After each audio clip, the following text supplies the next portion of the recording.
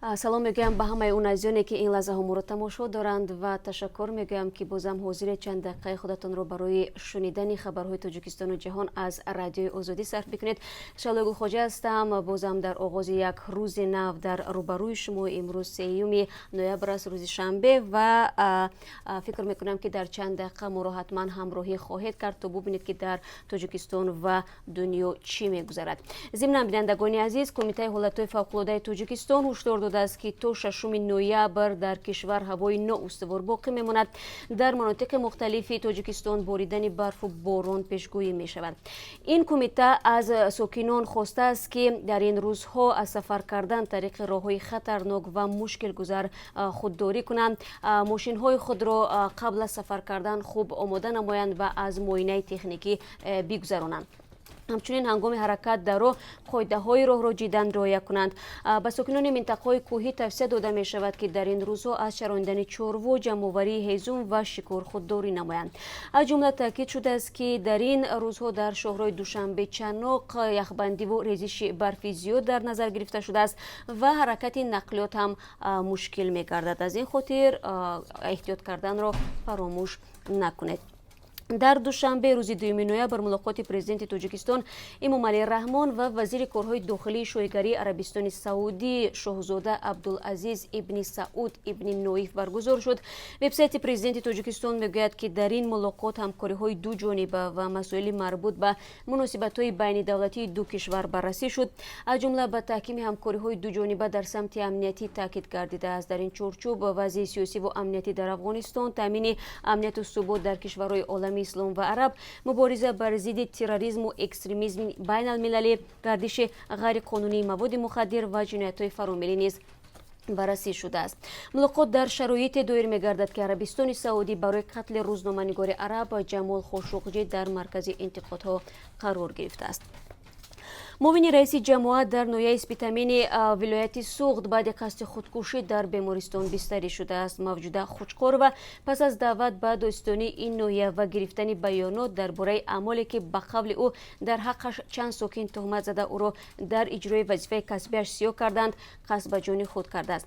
ӯ дар ҳоли ҳозир дар беморхонаи шаҳраки Нови маркази ноҳияи Спитамин таҳти табобат қарор дорад ва дар суҳбат бо Радиои Озодӣ гуфт дар прокуратура туҳмат карданӣ шуданд, ҳарчанд ман ҳақ астам ва инро бардошт кардан натавонистам.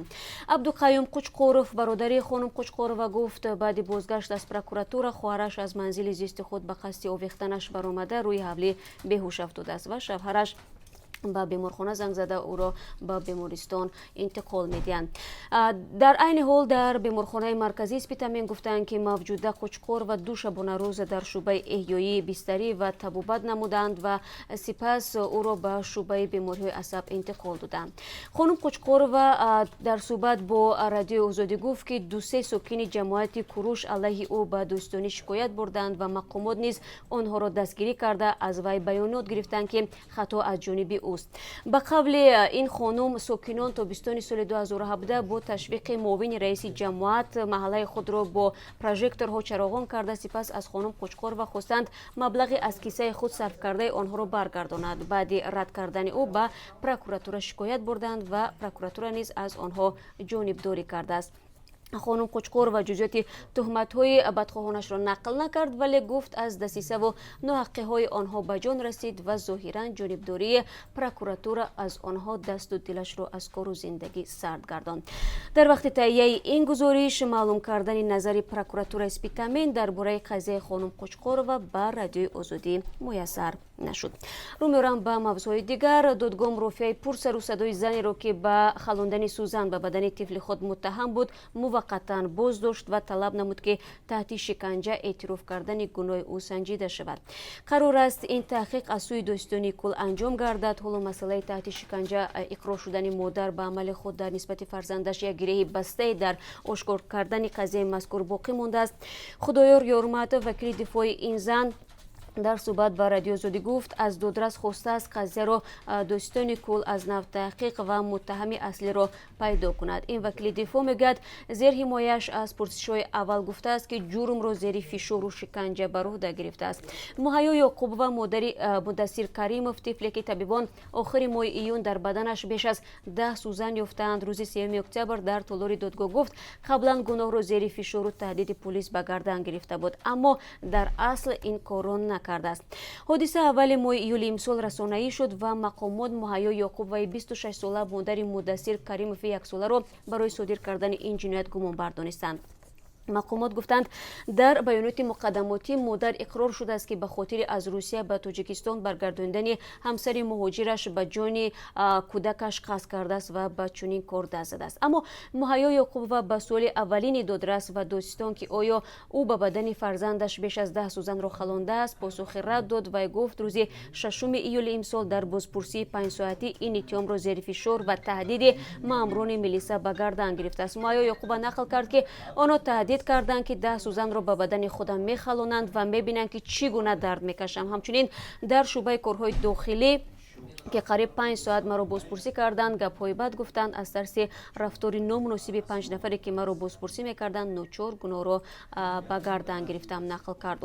حالا پرونده این مادر در دادگاه بر اساس ماده 110 قسم 2 یعنی قصداً رساندن ضرر وزین به سلامتی بررسی می شود. برای این جنایت از 8 تا 12 سال زندان پیش بینی شده است.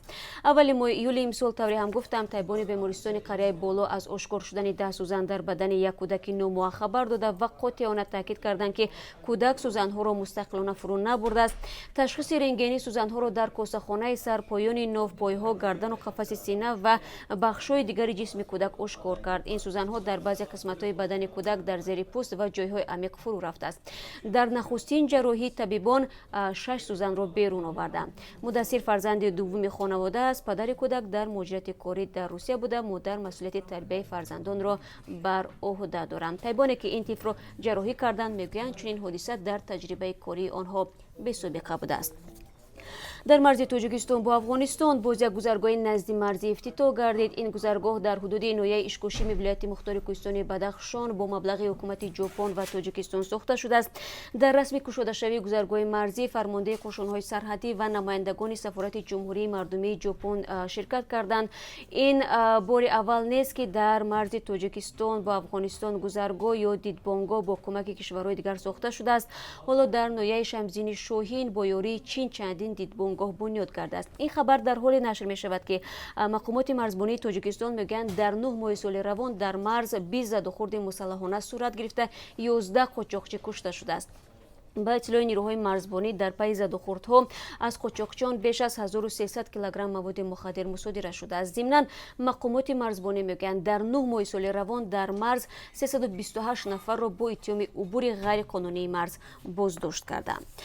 رئیس یک جماعت در ناحیه دیوشتیچ با اتهام گرفتن پول دستگیر و علیه‌اش پرونده باز شده است. اوتابک زاده رئیس جماعت موجون ناحیه دیوشتیچ را روز 18 اکتبر کارمندان اجنسی نظارت دولتی مالی و مبارزه با فساد در ولایت سوخت وقت گرفتن 10,000 سومانی پول از ساکنان این محل به خاطر مساعدت کردن و گرفتن قطعه‌های زمین بازداشت نمودند.